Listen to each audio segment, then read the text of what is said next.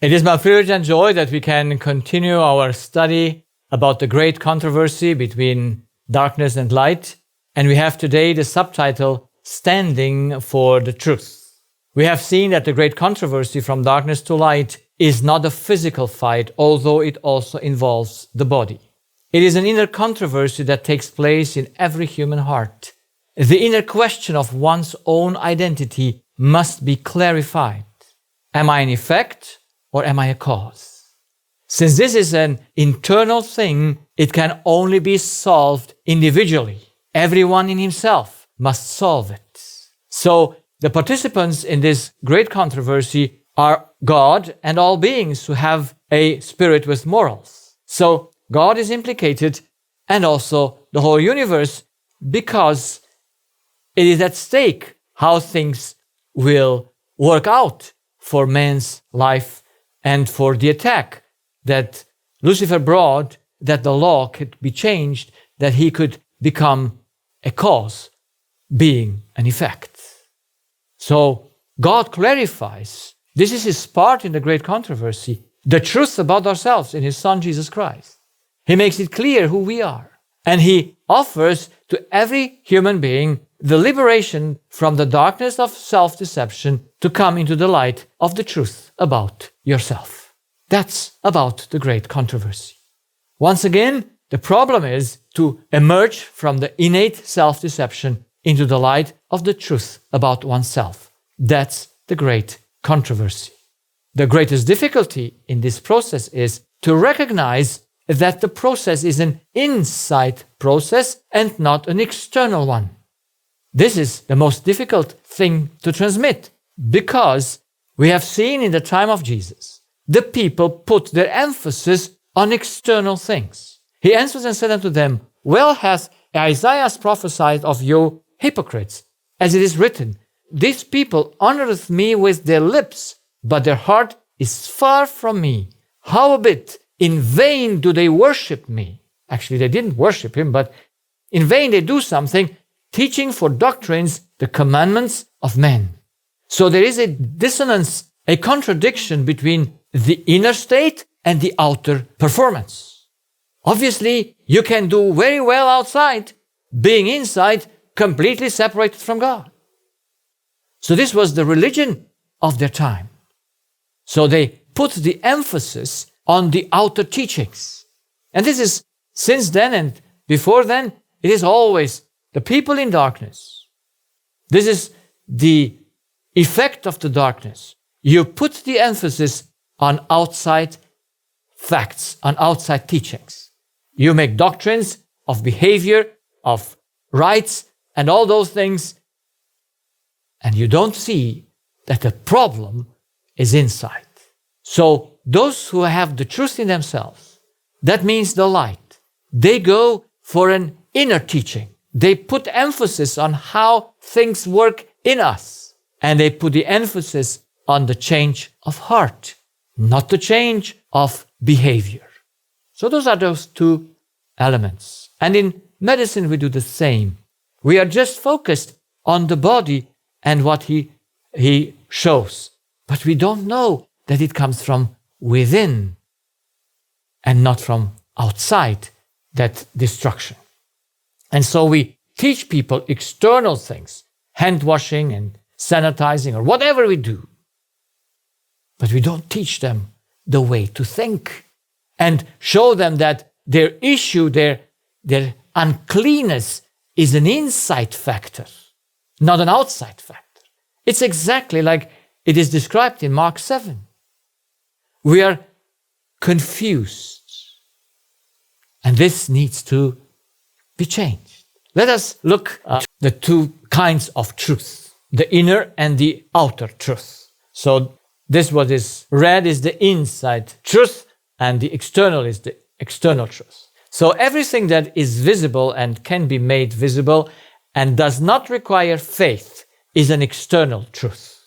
That's creation. It's visible, it's self-revealing. It's the human being that we are existing and functioning and all those things. The existence of words and deeds, we don't need to put those things under question. And the law of cause and effect, those are all things that are self-evident. That's the outside truth. It does not require the exercise of faith. But now the inside truth is the invisible and has to be believed, that there is a creator, his character. Now, we know from the law that there is a creator, but we still have to believe it inside of us. Then we need to interpret the words and actions. That they exist is no question, but what they mean, that's the inside truth. Do I understand the meaning of an action, of a gesticulation, or of a word? That is insight.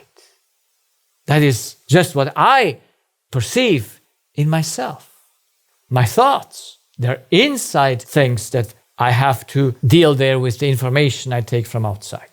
And then the identity of the human being is the inside truth. Who am I? So those things are invisible. They might even be unconscious, some of them. But they're inside and they're outside. Now, the one that is outside, we call it objective. Because, it's objective, it's provable. And the subjective is that which is inside, because it is, we could say, maybe not provable. So, objective and subjective, it's just two terms that show that one is that which is not deniable by anything or anyone, and the subjective is something personal, your own view of things. So now, in order to have clarity in this process, the inner perception must be confirmed by the outer objectivity, so that there should be one line. So my inner perception, since that could be wrong, it must be confirmed or oriented after the objectivity of the external truth. So that internal and external is one. That is, that it's both are in the truth. And since the inner perception is dependent to be confirmed by the outer objectivity, God gave the human spirit the truth, who he is. So the internal truth of who one is then clear that you orient yourself after the outer objectivity of the law.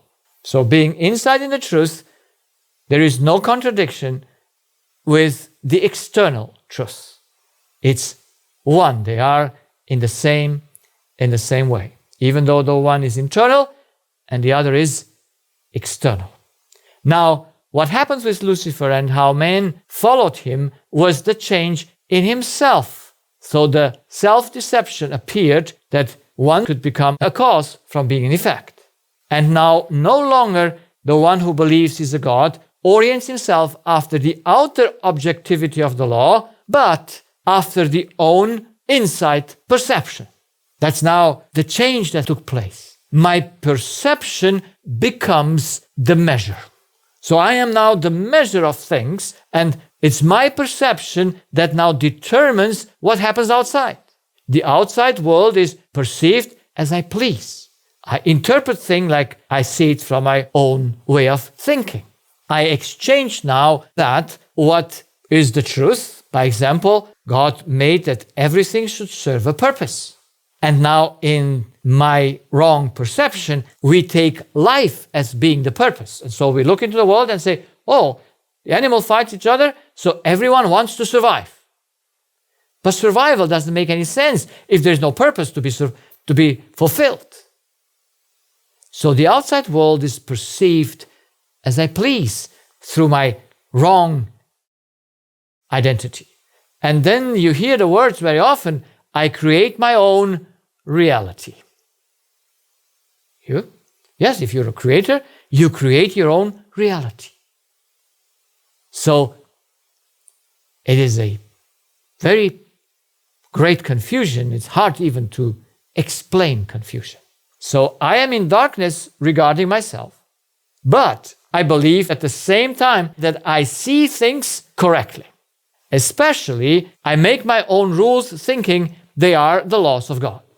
Self-deception separates from God because you cannot come to God if you're a God. But at the same time, it creates its own gods, its own religion. There is no way that there should be no belief in any one of us. And even though there are religious ideologies and non-religious ideologies, they all have their God. You have to have a guru, you have to have a leader, you have to have a teacher, no matter who it is, no matter what ideology it is. You go after a man who invented that ideology. So you're believing you're a God, so you create your own gods and you create your own religion. You make your own rules. And that is in every, ideology that you can see on earth. But in Christianity, it's very obvious. In Jesus' time, it was very obvious that people created their own laws. They were doing their own rules that everyone had to obey, but they were nothing than human laws, human perceptions. But at the same time, they were believing they worshiped God. That's a great deception. Jesus tried to help them. In vain do they worship me, while they in reality didn't worship him. They keep nothing else than external rules that they made themselves for themselves. So, self-deception not only separates from God and creates its own gods, its religion. I cannot look to myself critically. So if you're under self-deception, you cannot see yourself in a questionable way. I mean, you don't put your own reason unto critical observation. But in the outside world, I question everything. So while I don't question me, I question the outside world, especially the information that needs to be interpreted or understood. So people question the Word of God, but they don't question their own interpretation of the Word. It's just, this cannot be. I have a hard time reading the Old Testament, or I have a hard time to read this and that. Well, why? Because you don't question your own perception. You just question what you think is outside there, written in the Word, which is not there. But from your perception, that's the problem, not your perception. So people cannot be critically with themselves, but they might criticize everything around themselves. They question and have doubts of things outside, not knowing that the problem is that they have to put their perception under critical observation. And we don't do that because we're not aware of this process. So we doubt everything outside there, and we doubt the Word, not doubting that our perception might be wrong. It's a terrible thing. And then most terrible is that our self-deception affects interpersonal relationships. My neighbor is my subject. He's my debtor. So he now becomes the one that needs to satisfy my need. That's why I have to control him so that he satisfies my needs. Because he now is there just to do to me what I need.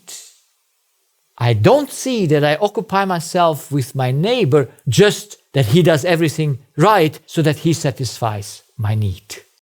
I just recently had a patient who is also a pastor in a church, and he has some issues, and he saw some of my presentations, and he came to my practice.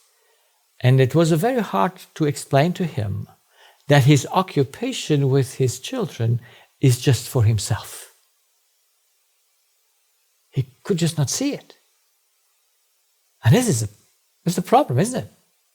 We are so occupied with others, believing we want their best, but just because they're our subject, they're our own possession, and they need to be fine. And he has one daughter that is very in need. She's 28 and she wants to get married, and she has no husband yet. And he says, I would do everything to just give her a husband. So that he wants his daughter to be happy is God-given. But that he believes that her happiness is dependent on a man is deception. But this is how we do not see that we have changed the way God has made things to work in a relationship. My neighbor is my subject. He's my debtor. He must satisfy my needs. And it's hard to explain to it. And when he heard me and I tried to explain him that things come because he's not aware of his deception, but his body did not lie. It is just what his body shows is the truth.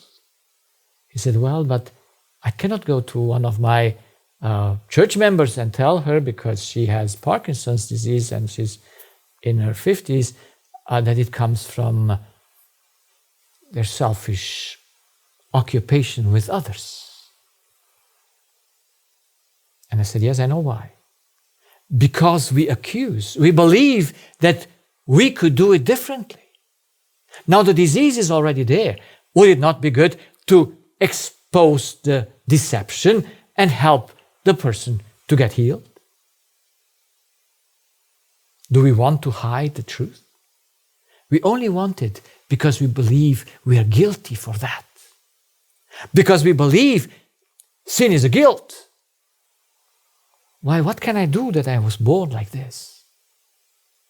What can I change because I was blind born?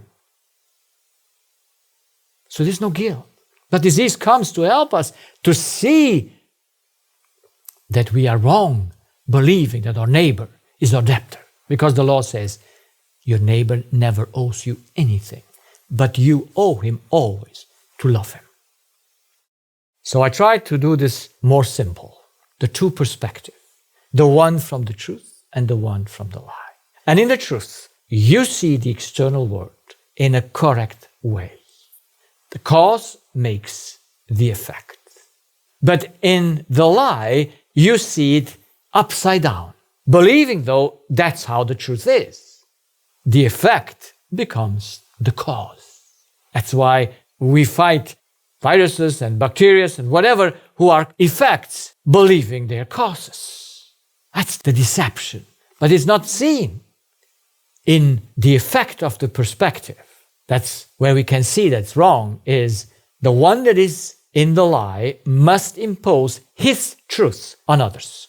Everyone needs to believe and perceive things like he perceives them. If someone is in the truth, then he lets others have their errors. You see, the one who is in the truth will always accept the heretic to remain in his heresies. He will not need to fight against it because he has no fear. In the truth, you have no fear that the error can harm you because you are in the truth. You see things correctly. But the effect of the truth is you let others be like they want to be. You never impose your own truth on others. Now, another effect is, in the lie, one attaches importance to external rights and behavior. So the external rights and behavior are that what they put the emphasis on. And in the truth, the emphasis is on the inner attitude of what is the motivation of the heart. That's the emphasis in the truth. So it won't get disturbed by the external rights and behaviors because it doesn't put any emphasis on them. Because they might be maybe right, but if the inner way is wrong, everything is wrong. So the people in Jesus' time served God with their lips. So the external behaviors, they were right, they put their emphasis, but their heart was far away because they didn't understand what was wrong in them. Now, the one effect of the one that is believing is God, he's a fighter, he is combative. He doesn't have peace And so he needs to persecute those who are not like him, and he needs to force them to do what he believes is right. While the one who is in the truth is peaceful. Like James says, the wisdom from above is first peaceful. It's peaceful. There is never persecution from the one that is in the truth. And it's a non-violent person. Those are the two perspectives with some of their general effects. And we find in Galatians 4:29, who is persecuting whom in world history? But as then he that was born after the flesh persecuted him that was born after the Spirit, even so it is now. So, who persecutes whom? And the context is clear. It's Ishmael and Isaac. And he makes it very clear that always the one that is born after the flesh persecutes the one who was born after the Spirit.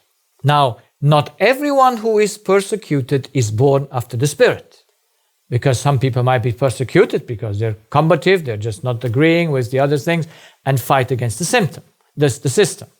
So not everyone who is persecuted is born after the Spirit or is in the truth. That's important to make the difference. But, and here is the absolute, but everyone who persecutes is born after the flesh. So everyone who persecutes is born after the flesh. So not everyone who persecuted is born after the Spirit, who is persecuted. But by no way, the one who is in the truth, who one that is born after the Spirit, will never, ever persecute the one that is born after the flesh. The way is only one way. It never goes in another way. And we find Jesus in John 18. He was persecuted and he was standing in front of Pilate. And in verse 36, John 18, he says, "My kingdom is not of this world. If my kingdom were of this world, then would my servants fight that I should not be delivered to the Jews, but now is my kingdom not from hence." Pilate therefore said unto him, "Art thou a king then?" Jesus answered, "Thou sayest that I am a king. To this end was I born, and for this cause came I into the world, that I should bear witness unto the truth. Everyone that is of the truth heareth my voice." So, about what truth? Pilate says, "What is truth?" And then he goes away. So Jesus was in peace because he came to witness for the truth. Which truth? Did he try to make doctrines? Did he try to do new rules? You don't find that nowhere. But he came to show what is the human being in reality. That was what he was showing. He was there and he let the persecutor persecute him and kill him because he was testifying for the truth that is from within. And that truth from within, no one could take away from him. The same thing Jude describes in verse 9. "Yet Michael, the archangel, when contending with the devil, he disputed about the body of Moses, durst not bring against him a railing accusation, but said, The Lord rebuke thee." Michael, we know, is Christ. So when they fought for the so-called body of Moses, he was not in an accusation mode. He was not in a persecution mode. He was in a peaceful mode and said, "The Lord will judge you. It's not me." So that's the contrast between one who is in the truth and what now Jude explains further on.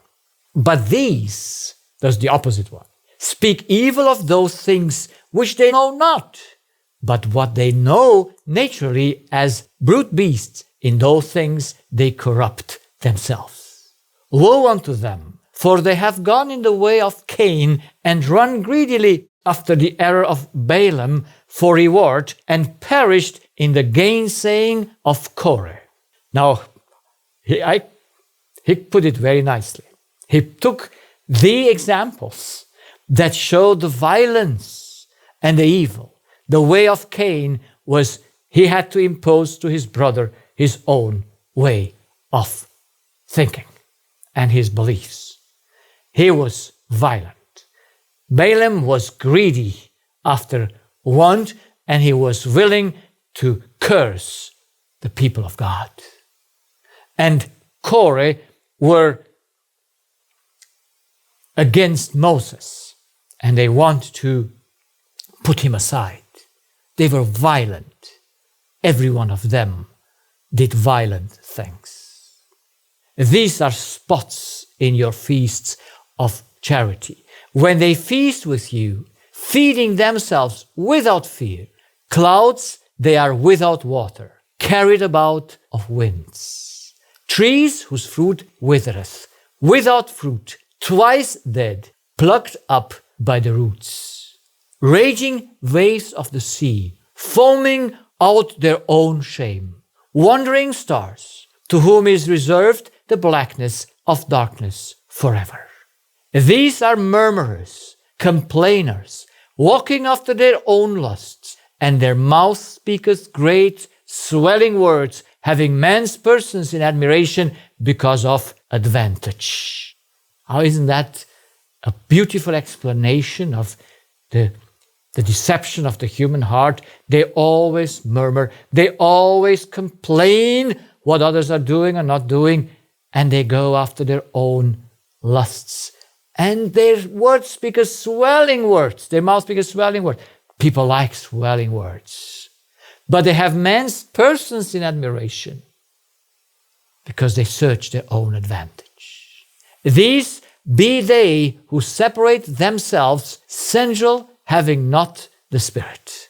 So these are the people that bring dissension because they cannot allow the other one to be like he wants. So it's never the gospel who brings dissension. The gospel and every message is a separating thing. But the one that takes it in becomes better. It's only the one that doesn't receive the message goes against it. So standing up for the truth does not mean forcing others to the truth. Because that's what is done everywhere, in every religion and in every ideology. More on those who are conservative, who want that others should do exactly things like they want. That's not standing up for the truth.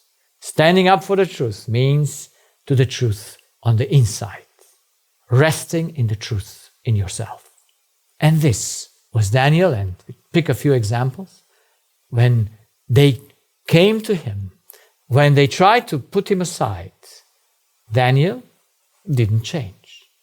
Now, what did they find with Daniel? They found with Daniel his faithfulness to God, his dependence on God. And now they wanted to switch that dependency on a human person. That's always the process that the enemy does. So, to whom do you worship? Whom are you dependent on? And Daniel did not fight against the system. He didn't fight against the people who made the law. He just continued resting in the truth, doing what he always did. And yet, he became the enemy of the others, because just for him, they did that. You see, the same principle is today. And it's always the same.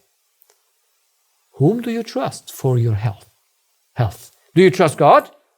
Or do you trust the physicians? And now some people come up with that funny idea that God gave the physicians wisdom so that they made for us some nice things so that we can be healthy and remain healthy. That's an amazing state. On whom do you put your trust? It's on the physician. And now you need to take that, what they tell you need in order to preserve your health. you don't see that that is denying God. Making your dependency for health on someone else than on God. Daniel stood faithful. He stood up for the truth. He remained like he always was. The same was Christ. Now Daniel was rescued from the lion's den. Christ gave his life. The martyrs stood the same like Daniel. All the disciples of Christ died finally a martyr's death, except John, who dies on Patmos, but he still was exiled there. So everyone suffered persecution because they were violent, because they tried to force the truth on others. No, they went from place to place and invited people to reason with them.